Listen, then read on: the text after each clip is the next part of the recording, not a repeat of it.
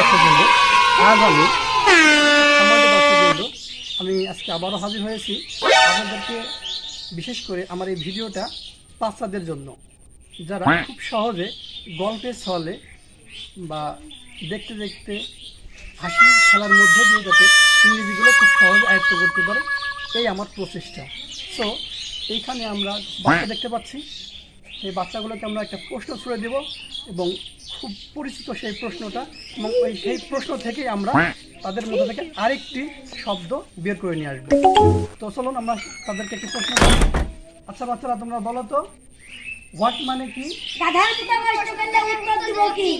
What মানে কি? হোয়াটের অর্থ কি হয়? কি, তাই না?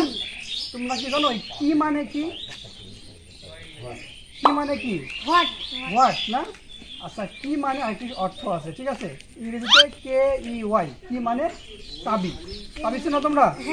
আচ্ছা, আমি দেখাই তোমাদেরকে চাবি। এই যে দেখছো না, এটা কি বলো তো? চাবি।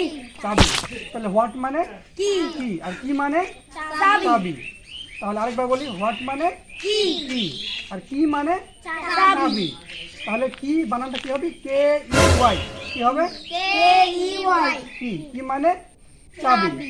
তাহলে আমরা হোয়াট এর থেকে কি পাইলাম? কি, আর কি মানে কি? চাবি। খুব সুন্দর। তো আমরা পরবর্তীতে নাকি